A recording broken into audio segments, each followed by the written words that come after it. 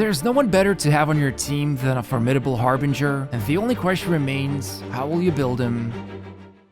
Before you go on a power trip with Childe, there's a few things you need to keep in mind that will allow you to delete your enemies with more precision, one of them being his talents to go into his Hydro Blade mode, which will damage surrounding enemies in a small radius. When you perform the stance switch, which means if you're setting up a certain elemental reaction combo, you're going to waste them, since the damage multiplier is pathetically low. So before you go in and unleash his burst, make sure to do this from a safe distance, or if you're in a situation where you have enemies frozen and you do the switch, you will trigger a shatter reaction, which could put you in danger. Now, the next thing to do would be to use a strong attack pattern, and one good way to do this would be by using either 2, 3, or 5 normal attacks, followed by a charged attack, and then using a dash cancel as a quick follow-up, so you can keep repeating the same thing all over again. And the exact amount of times you will want to do his initial normal attacks will vary from your team's composition, so make sure to test it out before settling on your favorite attack pattern. Also, dash cancel is just a fancy word for quickly doing the dash right after charge attack, which you'll definitely nail with some practice. And remember, this is not just about getting the most damage out of it, but also the speed at which you'll be generating hydro particles, which are mainly obtained through his riptide marks exploding and spreading. Speaking of which, if you're going to be swapping between your team members a lot, the riptide marks will remain on enemies as long as you can defeat one of them nearby to others, and it doesn't even have to be Childe himself who needs to land the killing blow, so you can exit out of his stance and switch to someone else to spread his riptide marks. So in essence, there's a few core principles to follow when using this Harbinger, while the rest of the stuff is pretty much self-explanatory, since it's all about grouping your enemies as close together as possible, with some marking from either your bow or melee stance, and then enjoying the spectacle from all the damage Childe gets to cause from his riptide and charge attacks. And there's no better way to make those damage numbers grow bigger than by getting some decent equipment.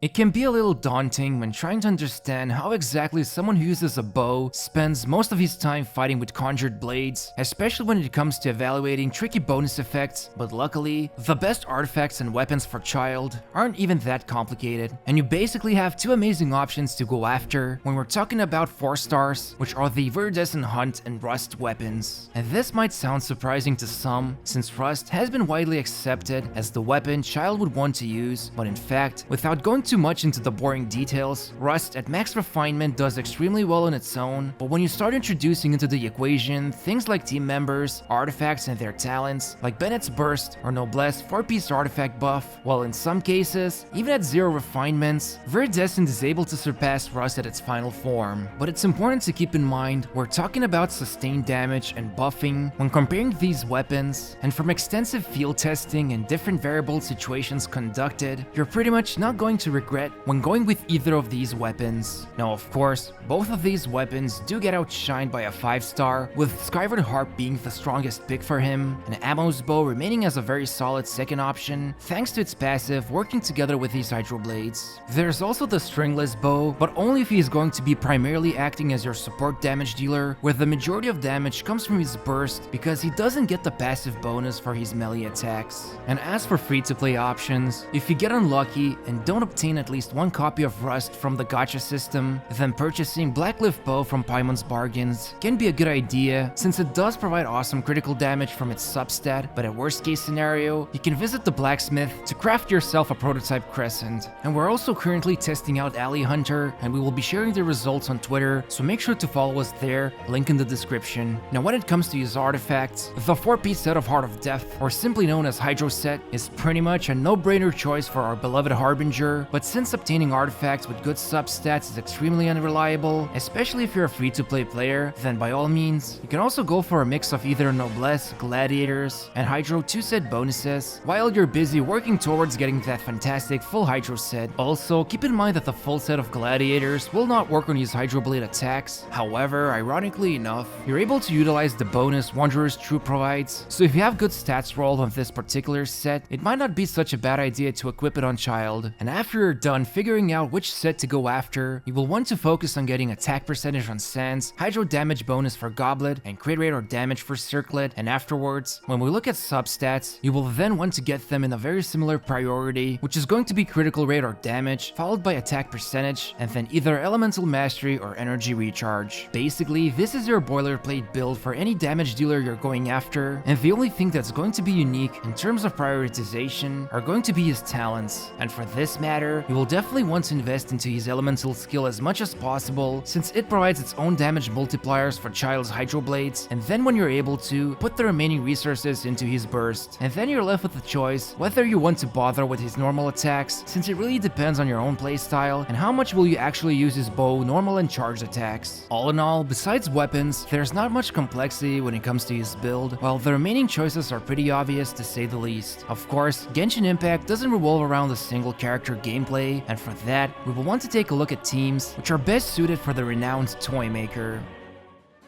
Building a good team with Childe is quite exciting, thanks to how much hydro elemental damage he's able to produce from his melee stance, and there's a couple of teammates you should keep your eye on. And Xiangling is one of those characters you should definitely consider using together with him, not only because everyone can unlock her for free, but also because if you build her properly, you can bank on the amazing vaporized damage they will be able to create together. And if you're going to be using vape damage as your basis for the team, you will definitely want to use Sucrose or Albedo, who are going to boost your team's elemental mastery, not to mention either of them can further increase elemental damage through Viridescent or Archaic Petra artifact sets. And just like with every other team, you'll only get better results if you put in the usuals like Bennett, Mona, or Zhongli into the team composition. But if we were to take a look at more alternative builds, you could also go after Electro-Charged duo tag team together with Beidou, or double down on even more hydro damage together with Xingqiu, and to make things even more exciting, you can turn this into a freeze team by including Chongyun or Kaya.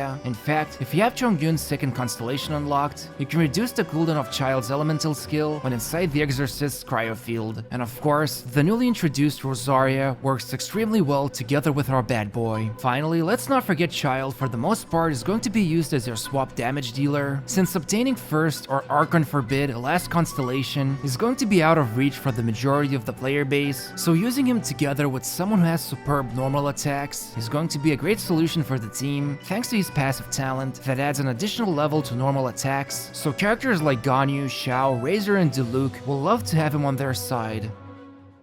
It's no secret that our fellow, who likes to call himself Tartaglia, is probably one of the most complex characters released in the game, and while it might discourage some players from trying him out, at least miHoYo was not afraid to test the waters and release someone who takes time to be understood and mastered. Overall, as expected of a 5-star character that specializes in dealing damage, Childe will not disappoint in that department, and in fact, he delivers extremely impressive numbers, even with not so amazing artifacts equipped, not to mention he is a bane upon groups of enemies. And couple this together with his elements that allows him to produce vaporize and freeze reactions, which in return makes it very easy to use him for endgame content, especially if you like to have the choice between more damage or control. However, there are a few drawbacks with him, just like you would expect with any character, and the main problem of course is the fact his extended usage of elemental skill is locked behind the last constellation, which wouldn't be a big deal, but then even the first constellation reduces his cooldown by 20%, which could feel detrimental to some players. There's also the annoying problem he can't use plunge attacks when in melee stance, which can lead to frustrating situations when you step on Albeido's flower or accidentally get picked up in an air current Venti produces. Still, aside from these minor nitpicks, Childe knows how to handle himself and manages to deliver extremely competent damage and rewarding playstyle, but above everything else, once you get a taste of how satisfying it feels to take out a group of enemies so swiftly with him, you will have a hard time not including him in your team builds. Now that you know mass deletion is Childe's play, it's time for you to build the best version of him. But before you do that, make sure to subscribe to this channel by enabling the bell notification on, and don't forget to gently press the like button. Also, producing these kinds of videos take a lot of time and effort, so any mistakes will be mentioned in the pinned comment below. Finally, be sure to check out more of our stuff on Twitter, link in the description. Thank you for watching us, and see you next time.